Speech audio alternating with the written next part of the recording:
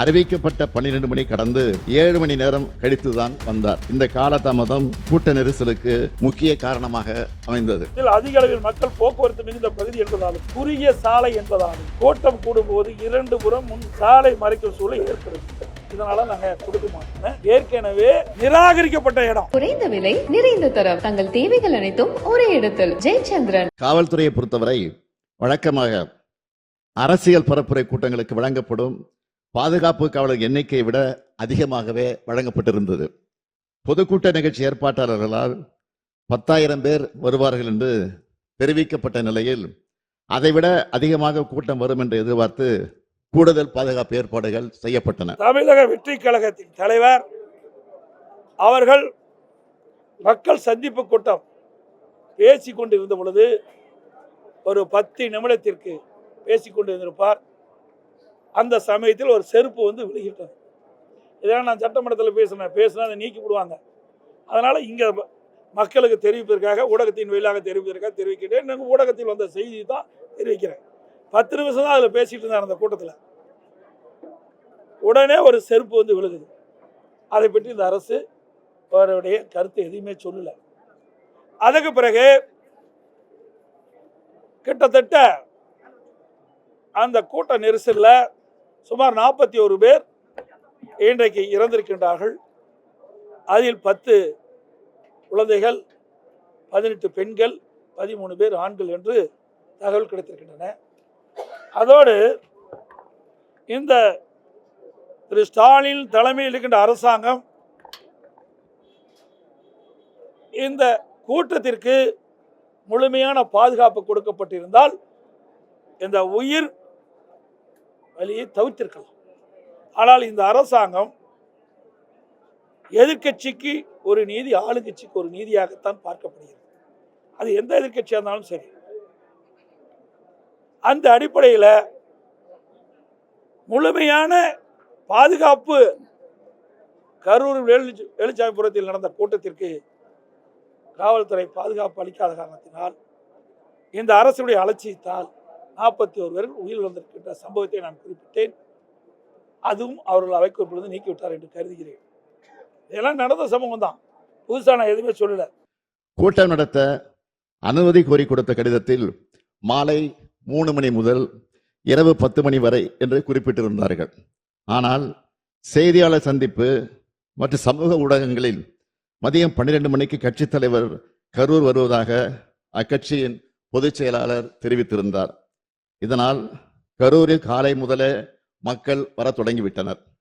27/9/2025 அன்று அக்கட்சியின் தலைவர் சென்னையில் இருந்து காலை 8:40 மணிக்கு புறப்பட்டு 9:25 மணிக்கு திருச்சி வந்தடைந்தார். அதன் பின்னர் நாமக்கல் நிகழ்ச்சியில் கலந்து கொண்ட பிறகு கரூருக்கு இரவு 7 மணிக்கு வந்துள்ளார். அதாவது அறிவிக்கப்பட்ட 12 மணி கடந்து 7 மணி நேரம் கழித்துதான் வந்தார். இந்த காலதாமதம் கூட்ட நெரிசலுக்கு முக்கிய காரணமாக அமைந்தது. ஏற்கனவே தமிழக வெற்றி கழகத்தின் தலைவர் 4 மாவட்டத்தில் மக்கள் சந்திப்பு கூட்டத்தில் நடத்தியிருக்கார். திருச்சி, அரியலூர், நாகப்பட்டினம், அதுபடுத்து திருவாரூர், அதுக்கு பிறகு நாமக்கல், அப்புறம் தான் கரூருக்கு வந்தார். ஏற்கனவே 4 கூட்டத்தில் எவ்வளவு மக்கள் அந்த நிகழ்ச்சியில் பங்கு பெறுவார் என்று காவல்துறைக்கு தெரியும், உளவுத்துறைக்கு தெரியும், அரசுக்கும் தெரியும். அதற்கு ஏற்றவாறு இடத்தை ஒதுக்கி இருக்க வேண்டும். அவர் கேட்ட இடத்தை ஒதுக்கல. அதோடு எவ்வளவு மக்கள் வருகின்றார்களோ அதற்கு ஏற்றவாறு காவலர்கள் பாதுகாப்பு பணியில் ஈடுபட்டிருந்தால் உயிர் சேதத்தை தடுத்திருக்கலாம். அதுவும் செய்ய அரசு தவறிவிட்டது. அதோட காவல்துறை அதிகாரிகள் ஒரு பேட்டியில் குறிப்பிட்ட பொழுது தமிழக வெற்றி கழகம் கரூரில் மக்கள் சந்திப்பு கூட்டத்தில் 500 காவலர்கள் பாதுகாப்பு பணியில் ஈடுபட்டு சொன்னாங்க.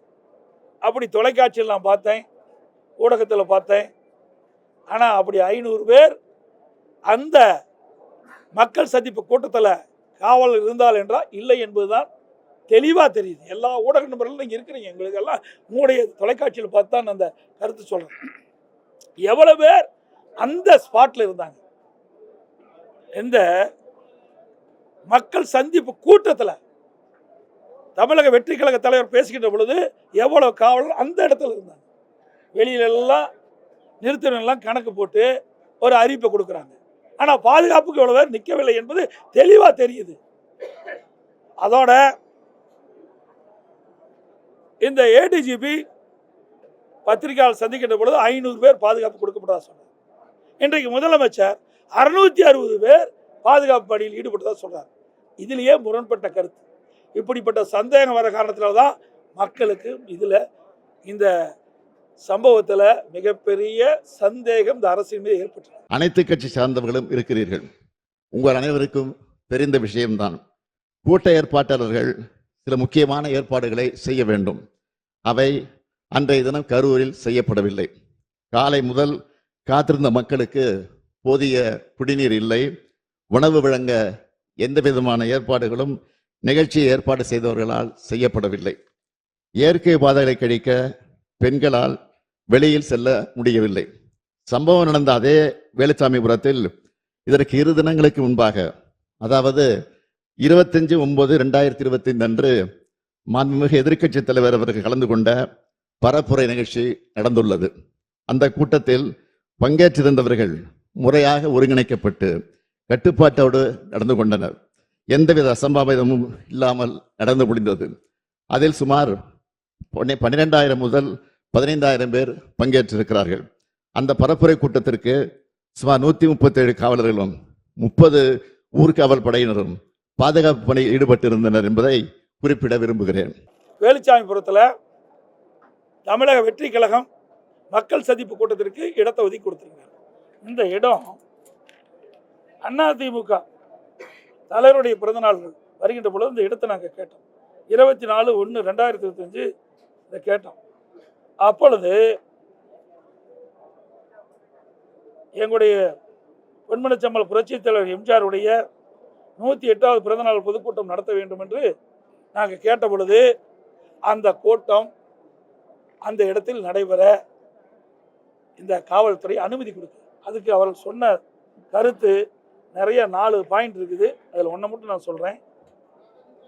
தாங்கள் பொதுக்கூட்டம் நடத்த அனுமதி கேட்ட வேலுச்சாமிபுரத்தில் அதிக அளவில் மக்கள் போக்குவரத்து மிகுந்த பகுதி என்பதாலும் குறுகிய சாலை என்பதாலும் கூட்டம் கூடும்போது 2 புறம் முன் சாலை மறைக்கும் சூழல் ஏற்படுது. இதனால் நாங்கள் கொடுக்க மாட்டோன்னு ஏற்கனவே நிராகரிக்கப்பட்ட இடம். அப்படி இடத்துல எங்களுக்கு கூட்டம் நடத்துவதற்கு அந்த இடத்த தான் கொடுத்தோம். ஏற்கனவே எங்கள் கூட்டங்க நடத்த வேணும்னு கேட்டோம்.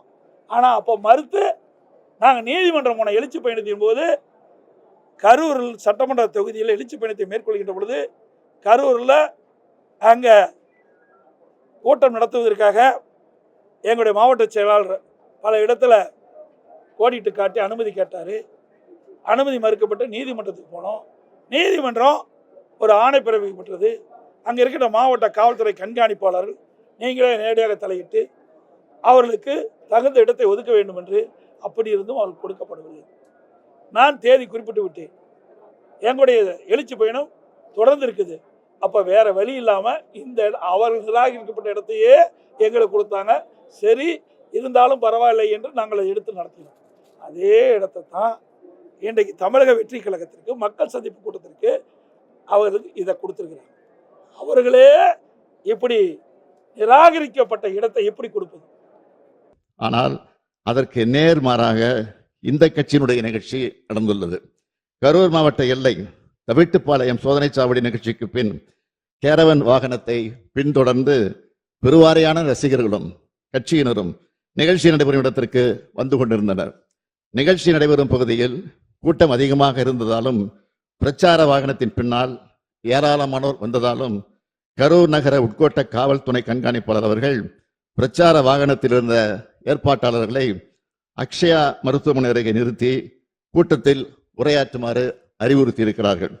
அதற்கு நிகழ்ச்சி ஏற்பாட்டாளர்கள் முன்பே அனுமதிக்கப்பட்ட இடத்தில்தான் பேசுவோம் என்று பிடிவாதமாக தொடர்ந்து முன்னேறி சென்றனர்.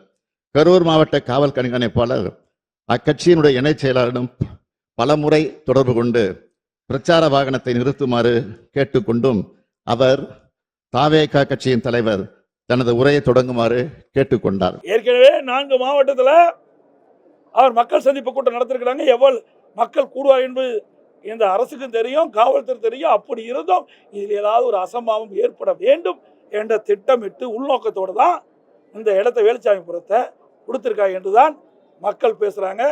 முழுமையாக இதுதான் உண்மை என்று நாங்களும் கருதுகிறோம். அது மட்டும் இல்லை, ஏன்னா ஏற்கனவே முதலமைச்சர் அவர்கள் முப்பெரு விழா நடத்தினார், 1,00,000 பேர் கலந்துனார். ஏன் அந்த இடத்த கொடுத்துருக்கலாம்ல? அப்படி கொடுத்துட்டு அந்த அசம்பாவத்தை தடுத்துருக்கலாம்ல? ஆனால் அதெல்லாம் கொடுக்கல. இப்படி ஏதாவது ஒரு சம்பவம் நடக்க வேண்டும் என்று இந்த அரசு திட்டமிட்டு தான் இந்த ஏற்கனவே அனைத்து இந்திய அண்ணா திராவிட முன்னேற்ற கழகம் கேட்ட இடத்தை கொடுக்காமல் அவர்கள் நிராகரிக்கப்பட்ட அந்த இடத்தை எங்களுக்கு ஒதுக்குனாங்க. அதே இடத்தை நிராகரிக்கப்பட்ட காவல்துறை நிராகரிக்கப்பட்ட அந்த இடத்தை தான் தமிழக வெற்றி கழகத்துக்கு கொடுத்துருக்குறாங்க. அப்படி கொடுத்து இப்படிப்பட்ட சம்பவம் இந்த அரசினால் தான் ஏற்பட்டது. காவல்துறை அலட்சியத்தால் காவல்துறை முழுமையாக பாதுகாப்பு கொடுக்காம இந்த சம்பவம் நடைபெறும் என்று திட்டமிட்டு தான் நடைபெற்றுதான் மக்கள் சந்தேகிக்கிறார்கள். குறைந்த விலை, நிறைந்த தரம், தங்கள் தேவைகள் அனைத்தும் ஒரே இடத்தில். ஜெயச்சந்திரன்.